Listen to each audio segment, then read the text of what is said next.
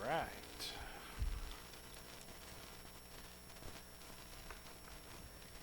We are back in Jude, but I need you to go ahead and find the book of Numbers while you're finding Jude. Because we're still going to be looking at these not really flashbacks, but these people that Jude mentions in verse 11. Last week, who did we talk about last week? Cain, yeah. Verse 11 says this, talking about the false prophets and the false teachers and the folks that have snuck into the church to bring heresy in. Verse 11 says, "Woe to them, for they have walked in the way of Cain and abandoned themselves for the sake of gain to Balaam's error and perished in Korah's rebellion." And we looked last week at Cain. Jude says that these folks have walked in the way of Cain. And what did we learn about Cain last week? If you're going to walk in the way of Cain, what does that mean? Anybody remember anything? Somebody don't listen. Disobedient. That's basically the same thing. What was Cain's deal? Who gave him instruction that he ignored? God himself. Yes, and what was the instruction? What had happened? Well, close. The sacrifices that Cain and Abel brought, Abel's was accepted, and Cain's was not. And we talked about the fact that the word sacrifice there is not. A lot of people say, well, it's because Cain didn't have blood involved in his. But that word sacrifice is more of a gift or an offering. This was not a sin sacrifice. It was providing a gift in reverence and honor and worship of God. So the issue, and we looked over in the book of Hebrews that told us that by faith, Abel provided a better sacrifice.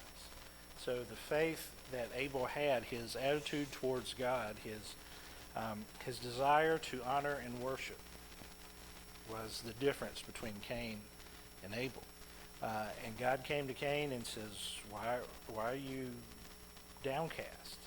If you get your heart right, if you do what is right, you will be accepted as well. And a lot of people say, hey, if God walked up to me and told me exactly what to do, boy, I would do it. No, you would. Don't think that you would, because you're made out of the same stuff that Cain was. I mean, we got a whole book of stuff that God tells us.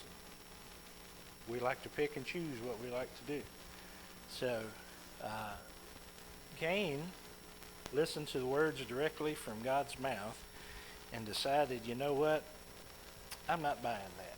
I'm going to do what I want to do. And he got his brother out in the field and he killed him. And then when God came to see what was going on, he says, what have you done? First he says, where's your brother? Kind of like asking Adam and Eve, where y'all at? He knew everything that had happened. And what did Cain say? Well, how am I supposed to know? Am I my brother's keeper? And I'm just like, whoa.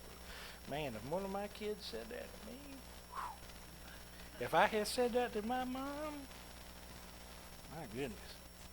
But he's saying it to God, yes. And you know what blows my mind? Is God is still gracious to him. Does not kill him on the spot. I mean, look, there's people in Scripture that God just says, you're done. And Cain was not one of them. And I'm just like, wow. Well, so he sends him out, sends him east of Eden, because Adam and Eve were cast out to the east, and then he was cast out. He was marked. He was afraid that, his biggest concern is somebody's going to find him and kill him. So God even protected him from that. So what happened is because of Cain's rebellion, his ungodly attitude and heart, we see the rest of that chapter, an ungodly family that arises, and a whole line of people that don't know God. They start building cities, they start making tools, they start making weapons, they start playing music, all this stuff that they're just trying to fill their life with something where God is supposed to be. And that's the same thing that people have been doing ever since. There are people that, for whatever reason, have other things that they think is going to replace the emptiness of the fact that they were created to know and love and worship God, and that they're separated from Him because of their own sin. So, I was joking earlier. There's some folks that give their life to fishing. There's some folks that give their lives to watching sports. Some folks give their lives to partying, drinking, and drugs. There are some folks that give their lives to, you name it, their career, making money, stealing, whatever it is. So by saying that these folks have walked in the way of Cain, first of all, we've been told earlier in Jude that they're ungodly. They do not concern themselves with worshiping and pleasing God. That's just not even on their radar. They're disobedient. They have God's very word, and they decide that they know better. So last week, that's kind of what we learned about, talking about walking in the way of Cain. So tonight, we'll see how far we get, but I know we're going to talk about Balaam, because the next one says they have abandoned themselves for the sake of gain to Balaam's error. So before we flip over, somebody tell me anything they know about Balaam and his story.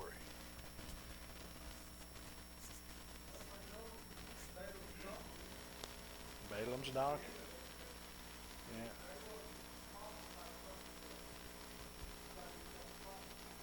Yeah. There's something in there.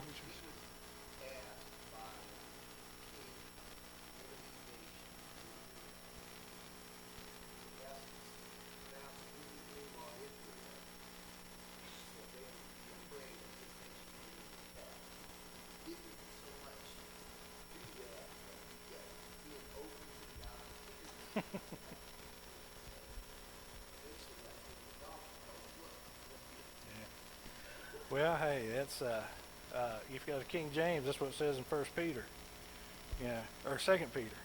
So that's talks about Balaam's a dumb donkey. But anyway, we're not going to get into that. So we're kind of hitting all around it. Yeah, we're going to go back and we're going to look at exactly what happened. Now, when you read this story, Balaam kind of comes out looking like he did Israel a favor. But as we dig into this, we'll find out that actually was not the case. So if you flip back to Numbers, and we're going to start looking in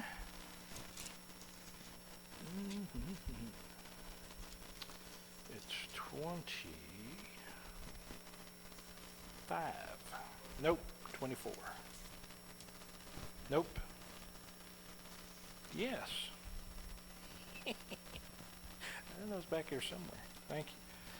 So there are several chapters that involve this. So what we're going to do is we're going to hit some highlights.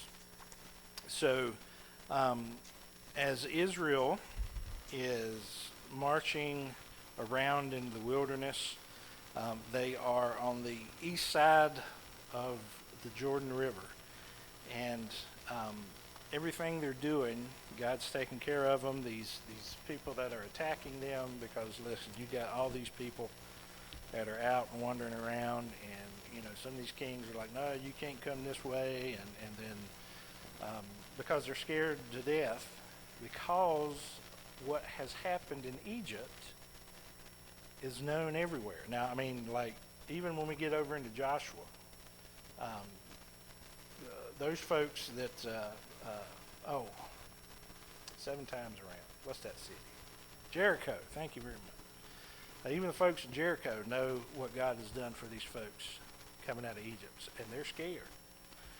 So, all these kings and whatnot are afraid of Israel and what they're doing, and if they come near them, what is God going to do? And starting in chapter 22 of the book of Numbers, it says, the people of Israel set out and camped on the plains of Moab beyond the Jordan at Jericho. And Balak, the son of Zippor, saw all that Israel had done to the Amorites. And Moab was in great dread of the people because they were many. Moab was overcome with fear of the people of Israel. So we've got basically the Moabites are scared to death. There are some Midianites that are scared to death. In verse 4, it says, Moab said to the elders of Midian, this horde will now lick up all that is around us as the ox licks up the grass of the field. So Balak, the son of Zippor, who was king of Moab at the time, sent messengers to Balaam, the son of Beor. So, here's what's happening. These people are scared to death of what Israel's going to do. So they says, I got an idea. This guy Balaam, this prophet, we need to go and get him, and we're going to get him to curse the people. And we're going to pay him. We're going to give him gold and silver. So they send, and now pay attention to what he says here. So they send people to get him. So they sent messengers to Balaam, son of Beor, which is near the river. This is verse 5. And to call him, saying, behold, the people have come out of Egypt. They cover the face of the earth, and they are dwelling opposite me. Come now and curse this people for me, since they are too mighty for me. Perhaps I shall be able to defeat them and drive them from the land. For I know that he whom you bless is blessed, and he whom you curse is cursed. Sounds a little bit familiar, doesn't it? So, and here's what Balaam said. He says, I can only do what God tells me to do. Verse 10, Balaam said to God, Balak, the son of Zippor, king of Moab, has sent to me, saying, behold, people came out of Egypt, cover the face of the earth, come and curse them. And God said to Balaam, verse 12, you shall not go with them, you shall not curse the people, for they are blessed. So Balaam rose in the morning and said to the princes of Balak, go back and tell him I ain't coming. So he's listening to God. And they came back. They went back and came back, and thus says Balak, the son of Zippor, let nothing hinder you from coming to me. For I will surely do you great honor, and whatever you say to me I will do. Come, curse this people for me. But Balaam answered and said to the servants of Balak, though Balak were to give me his house full of silver and gold, I could not go beyond the command of the Lord my God to do less or more. So he said, stay tonight and go back and tell him I'm not coming. In verse 20, God came to Balaam that night and said, if the men have come to call you, rise, go with them, but only do what I tell you. So Balaam rose in the morning, saddled his donkey, and went with the princes of Moab. Now, look at verse 22. This is kind of strange. But God's anger was kindled because he went. Okay. So, if God said, if the men have come to call you, rise and go with them, but only do what I tell you. Okay, is what God said. So Balaam gets up and he's ready to go. But it says God's anger was kindled because he went with him. Doesn't say that they came calling. Okay. He said, well, please stay here tonight, for I may know what more the Lord will say to me.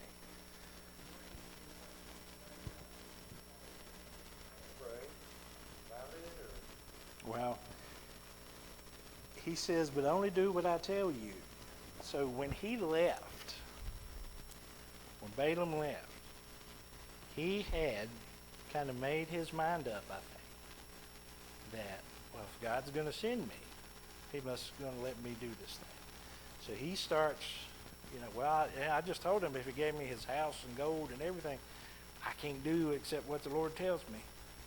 But the Lord's sending me, and he knows what he's asking for. So maybe Balaam is already starting to count his money. Maybe he's starting to think about how am I going to spend all this money he's going to give me? I'm going to go buy me a new Kia, he says. He's going to waste all of it. But he says, he's kind of... So, now, there is a few things that we're going to see in this that is not mentioned in this story, but a few chapters later we find out some details that we don't see. So, he gets on the donkey and he's taken off, and the angel of the Lord standing in the road. Now, who is the angel of the Lord? Capital L-O-R-D. Yes. You see that. That is Old Testament Jesus showing up. Yes, that capital L-O-R-D is God himself and the angel of the Lord. Now, he shows up talking to Joshua. He shows up here. He shows up with Abraham. He shows up in Daniel. He goes walking through some fire. But anyway,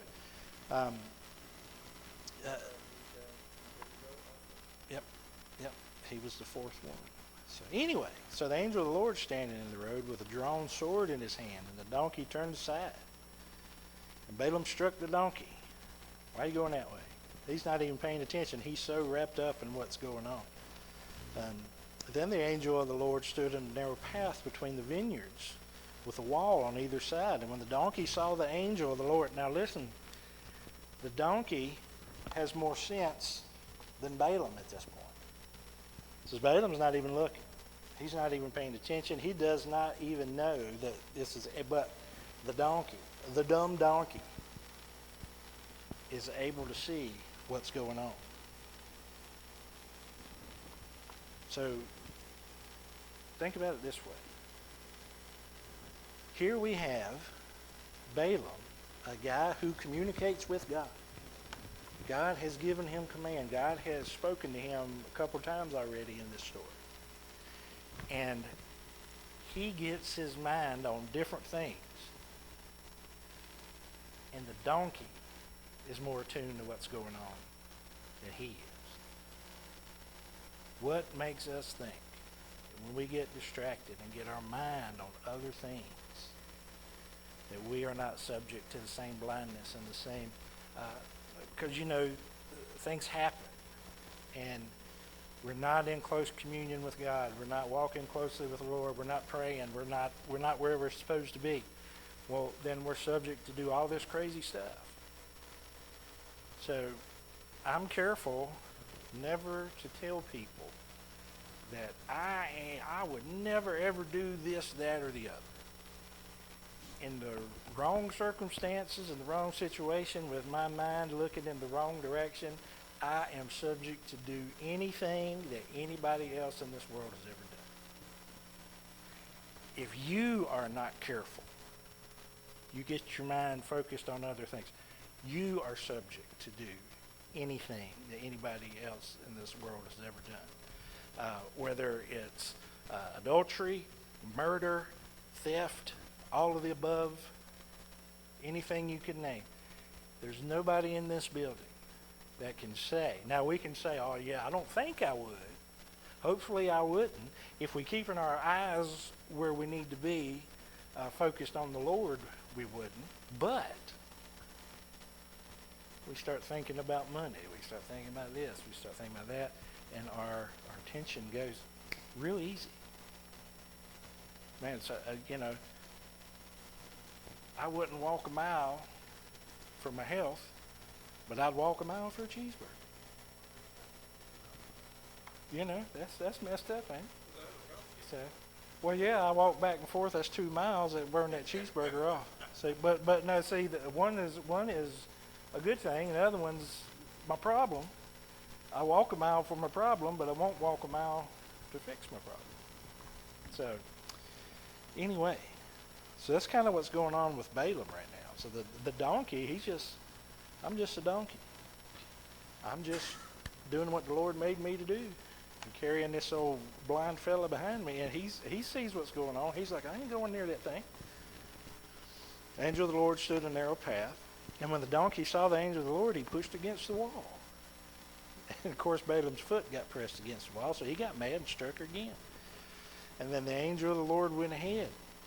And see, even in this story, this is the second time you see the angel of the Lord. He keeps backing up. Maybe he'll see me this time. Maybe he'll see me this time. Instead of just coming in and doing off with his head, you know. And then the angel of the Lord went ahead and stood in a narrow place where there was no way to turn. You couldn't go either way. And if he comes through here, that's it. And the Lord opened the mouth of the donkey. Verse 20. When the donkey saw the angel of the Lord, she laid down. And Balaam was angry. And he struck the donkey. The Lord opened the mouth of the donkey. And the donkey said to Balaam, what have I done to you that you have struck me 3 times? Now, God has a talking donkey trying to open his eyes. And Balaam answered the donkey, because you've made a fool of me. I wish I had a sword in my hand, I'd kill you. So now he's having a conversation with a donkey. Okay? And he still has not recognized that there's something divine going on here. And the donkey said to Balaam, am I not your donkey? You've ridden me your whole life. Have I ever done this to you? And Balaam goes, well, no, you haven't. You've been a good donkey. And then the Lord opened the eyes of Balaam, and he saw the angel standing there with his sword drawn, and he bowed down and fell on his face. And the angel of the Lord said to him, why have you struck your donkey these 3 times? Behold, I have come out to oppose you, because your way is perverse before me. So there's something going on in Balaam's heart, in his mind, that has made him doing, basically, the guy says, well, they come to get you. Why don't you just go with them? There's something going on in his heart and mind that has God opposed to it at this point.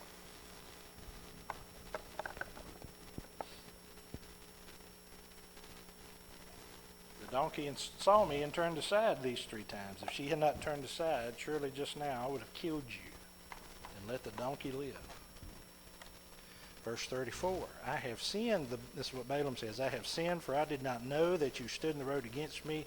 Now therefore, if it is evil in your sight, I will turn back.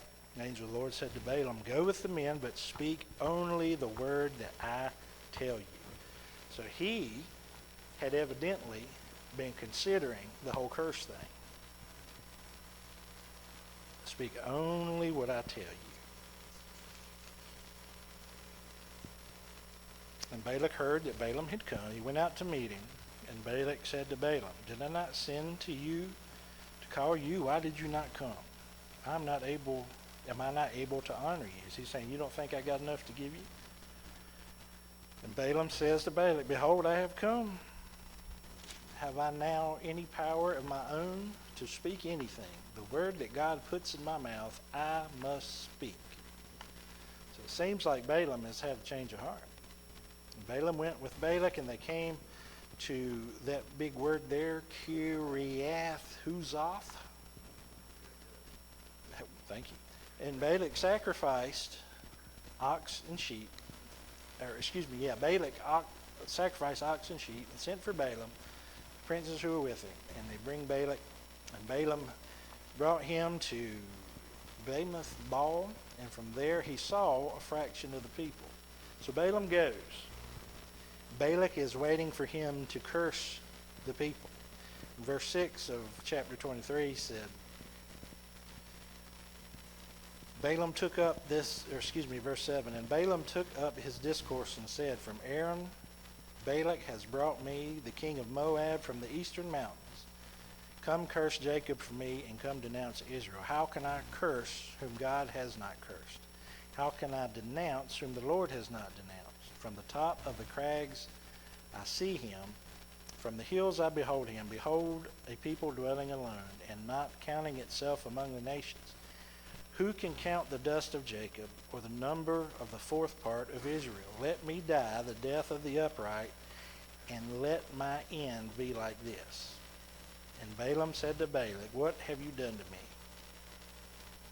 I took you to curse these people, but you've done nothing but bless them. So he tries a second time, takes him to a different spot. He can see more of the people.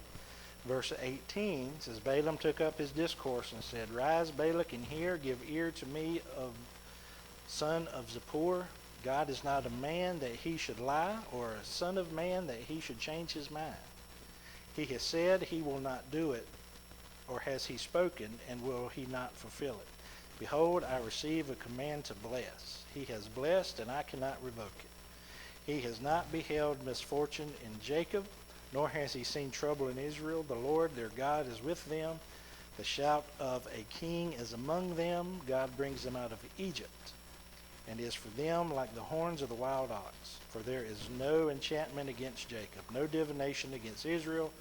Now it shall be said of Jacob and Israel, what has God wrought? Behold, a people, as a lioness it rises up, and as a lion it lifts itself. It does not lie down. It has devoured the prey, and drunk the blood of the slain. And Balak said to Balaam, Do not curse them at all, and do not bless them at all. But Balaam answered to Balak, Did I not tell you all that the Lord says I must do? So for chapter 24, they try a third time.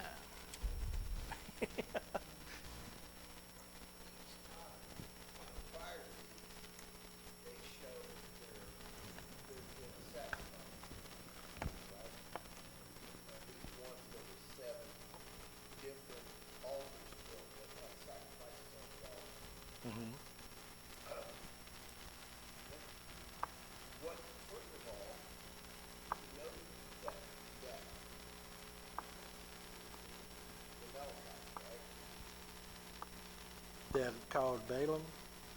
Yes. No, Balaam? I don't know if he's a Amalekite or not. Oh, Balak. No, he's Moab, from Moab. Yes. Okay. Which God did they worship the Moabites? The Moabites, they worship Baal. Okay. In that, were these altars set up as a sacrifice to Baal, or were they set up at least to some extent as a sacrifice to God? But since Balaam told him to build them, I think it would have been sacrifice to God, because he's the one saying, oh, I can only do what God tells me. So, and it says Balaam tells Balak, build me 7 altars. So I would take it as a sacrifice to the one true God. God, even though it's done in the wrong part. Even though he's doing it for whatever reason. And that brings up a good point, because we do a lot of stuff in the name of Christ that is not what we need to do.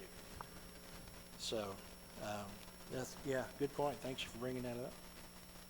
So Balak did as Balaam had said, offered a bull and a ram on each of the altars. So, and he takes us to another place where you can see the whole tribe, or the whole people. So in chapter 24, it says, Balaam lifted up, verse 2, Balaam lifted up his eyes and saw Israel camping tribe by tribe, and the Spirit of God came upon him. He took up his discourse and said, The oracle of Balaam, son of Beor, the oracle of the man whose eye is open, the oracle of him who hears the words of God, who sees the visions of the Almighty, falling down with his eyes uncovered. How lovely are your tents, O Jacob, your encampments, O Israel, like palm groves that stretch far, like gardens beside a river, like aloes that the Lord has planted, like cedar trees beside the waters. Water shall flow from his buckets, and his seed shall be in many waters. His king shall be higher than Agag, and his kingdom shall be exalted. God brings him out of Egypt, and is for him like the horns of the wild ox. He shall eat up the nations of his adversaries, and shall break their bones to pieces, and pierce them through with his arrows. He crouched, he lay down like a lion, like a lioness, who will rouse him up. Blessed are those who bless you, and cursed are those who curse you. And Balak's anger was kindled against Balaam, and he struck his hands together. And Balak said to Balaam, I called you to curse my enemies, and behold, you have blessed them these 3 times.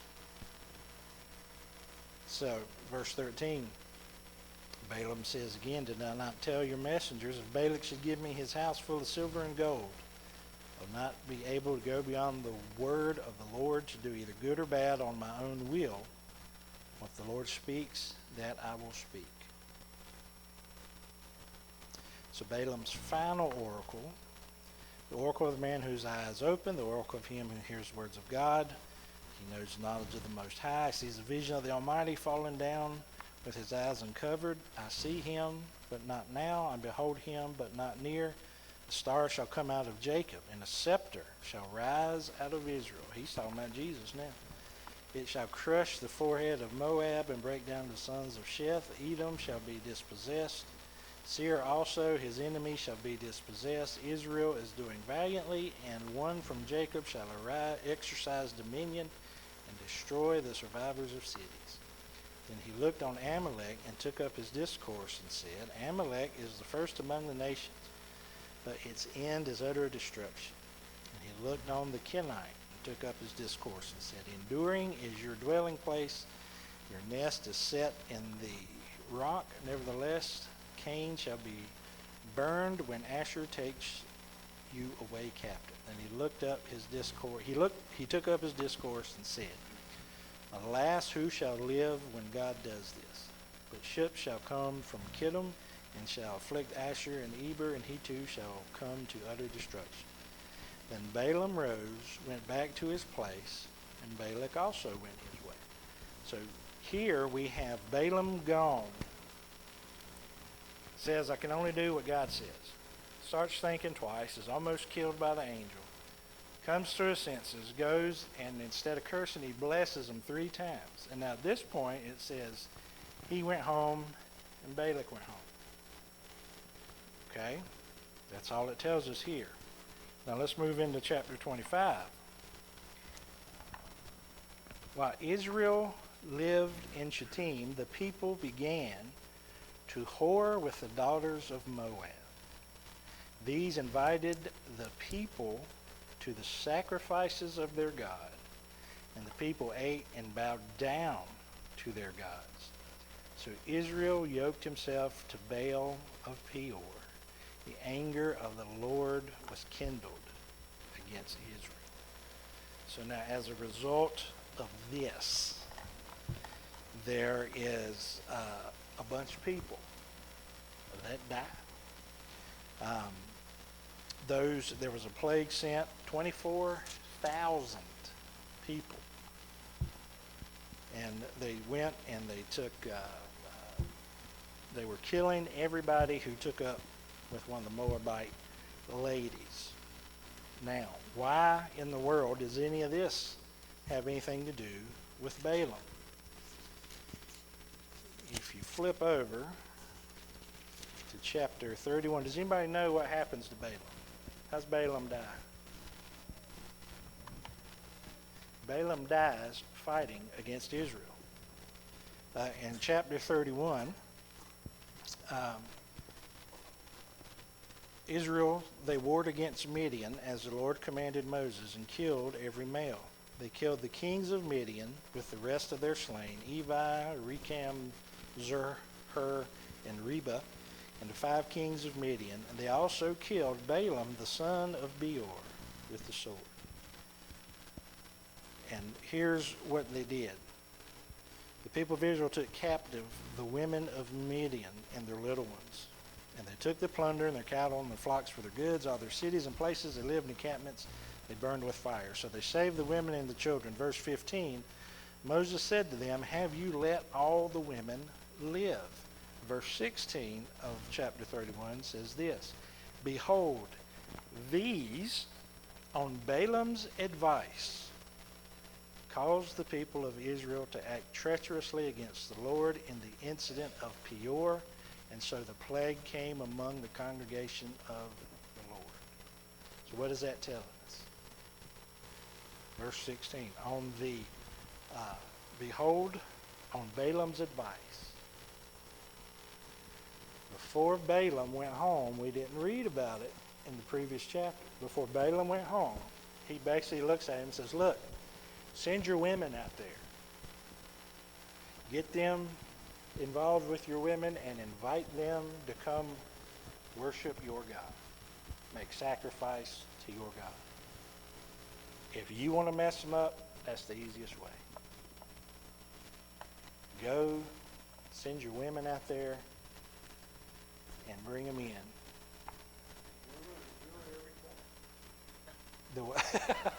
Well, now, the men supposed to have the common sense to go, oh, we can't do that. Okay, so this is true. So, and basically that's what he does. He says, send your women out, entice the men, and when you're having your big party, start making offerings to your God. So I can't curse them for you, but you can mess them up. Send your women out there. So Balaam, of course, later on fighting against Israel, gets killed.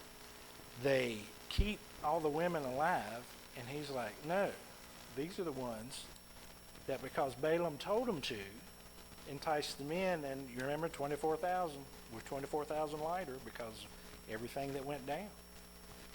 So he says, any woman who's ever been with a man, she gone.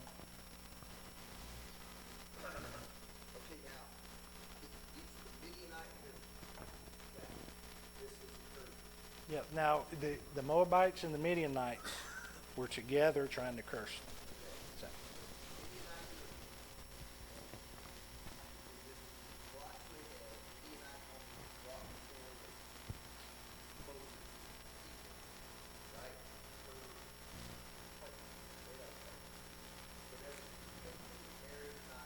that was previous to this.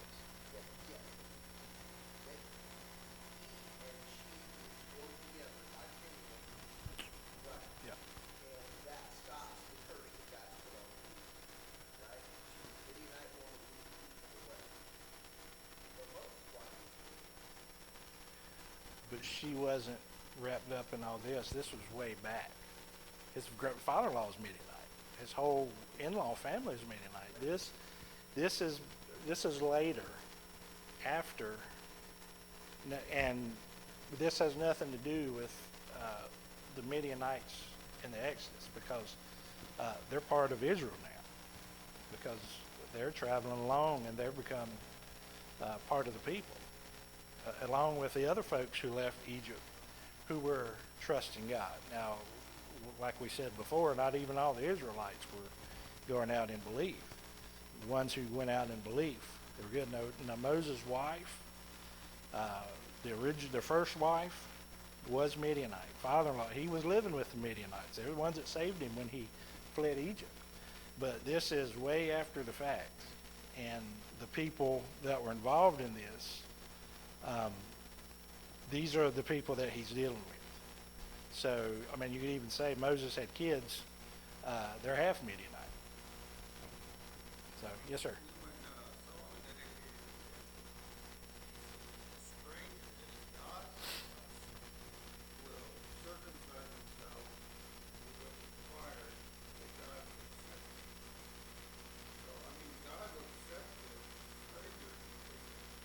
If they come. Yeah, well, just like when they go to Jericho, Rahab. Ruth was a Moabitess. Yes. And when they get to Jericho, Rahab, who lives in Jericho. Yeah, so there's, and both of them, Ruth and Rahab, are in Christ's lineage. So, all that went before, he's just dealing with the people that were involved in this particular instance. It's not, well, this person's Midianite, wasn't involved in this, but they're Midianites, we got to kill them too. So it's not just guilty because it's the people who were part of all this. Does that make sense? Does that answer your question? Okay. So, on Balaam's advice, what does Jude say about Balaam? I didn't mark it. I gotta find it. Here it is. They abandoned themselves for the sake of gain to Balaam's error. They abandoned themselves for the sake of gain. What kind of gain? Well, Balaam was thinking about monetary gain. And even though he says, I can't say only what God can tell me, I can't curse him if God tells me to bless him. Well, he took it upon himself to disobey and say, look, I'm not blessing or cursing. Here's all you got to do. It's easy. They can't resist women. They're just like me and you. They can't resist. Put your women out there. I can't bless the whole nation, but we can cause some trouble. So Balaam's idea of, I'm going to go do this, and all along the way, he says that his way had become perverse before God, so that's why he sent the angel. Well, he lets him go and says, well, you're only going to bless. And you read that whole thing and say, well, all Balaam did was bless them and did what God said. Well, partly. The big stuff. But, for the sake of gain, he kind of went behind the curtain and pulled some strings and made some stuff happen that God had to punish. Balaam? I tell you what, when you get there, you go look for it. I'm going to be busy. Okay? Yeah, if you find him, bring him over. So, anyway, well, he's an example here. He's an example here of an ungodly person. So, hey, if that's what you're taking from all this, then you go find him.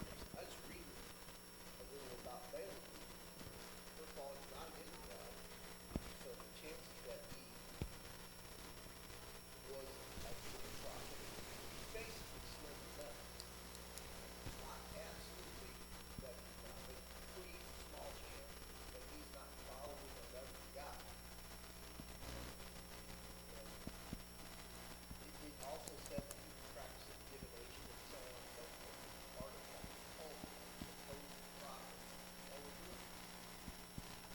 Yeah. Now, just because God spared him and gave him messages to speak, he made donkey talk too. You gonna go find that donkey when you get to heaven? Hey, Jesus, what's up? Hold on, brother. I got to go find Balaam and his donkey. You gonna be right here on the throne? I'll be right back.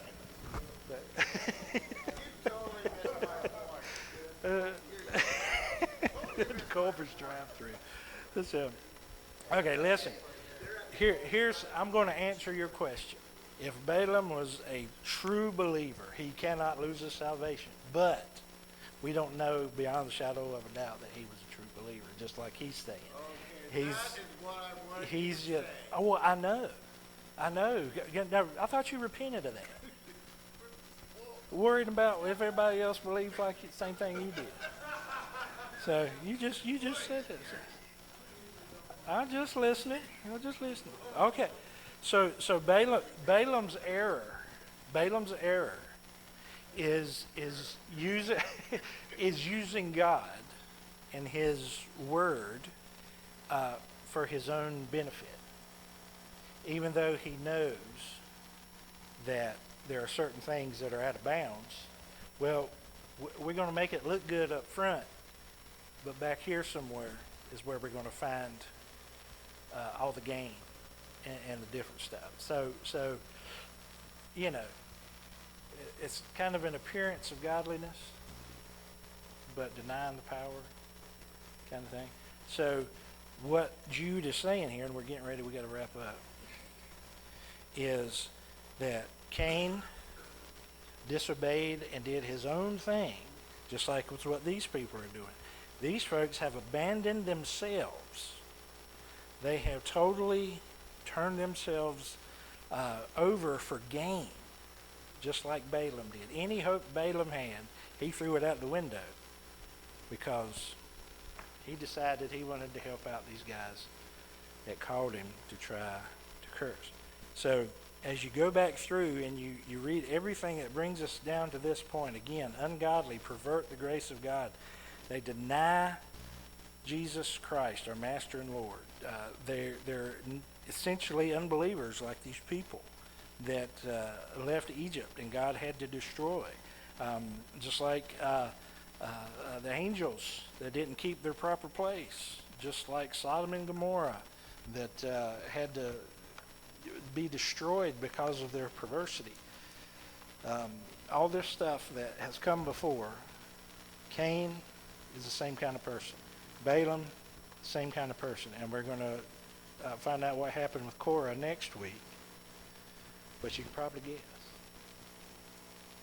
It's going to have something to do with presuming upon God's word, taking what God has established and working against it, blaspheming somehow, denying God or denying what God's doing in some way, shape, or form. So remember, in verse 11, he's saying these people are cursed.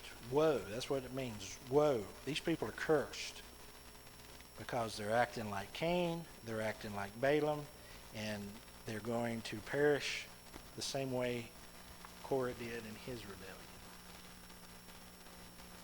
And we'll find out all about Korah next week. Any thoughts, comments, or questions? Yes. Back in that Genesis chapter, the next verse that we read, it says, Cain went away from the Lord. Oh, yeah, yeah. And that's when his family started doing their thing. So, yeah, because God had to send him away. All righty. Any comments, thoughts, questions? Well, do I need to Mirandize you every time we come in here? I'll leave here, worry about this all the time, and then you have to, I was just kidding, I wasn't serious about that.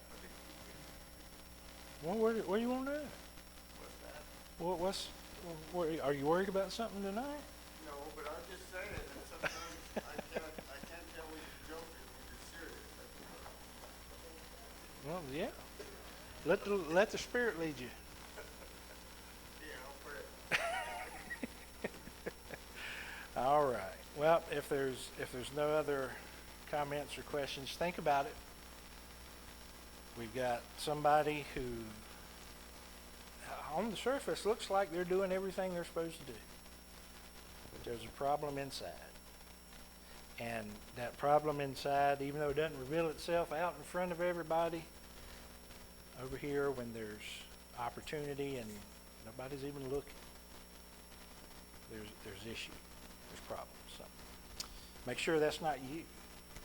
I mean, y'all here on Wednesday night, y'all cream of the crop, right? What's going on behind the scenes? All right, you always got to examine ourselves. Harry, will you pray and close us, please, sir?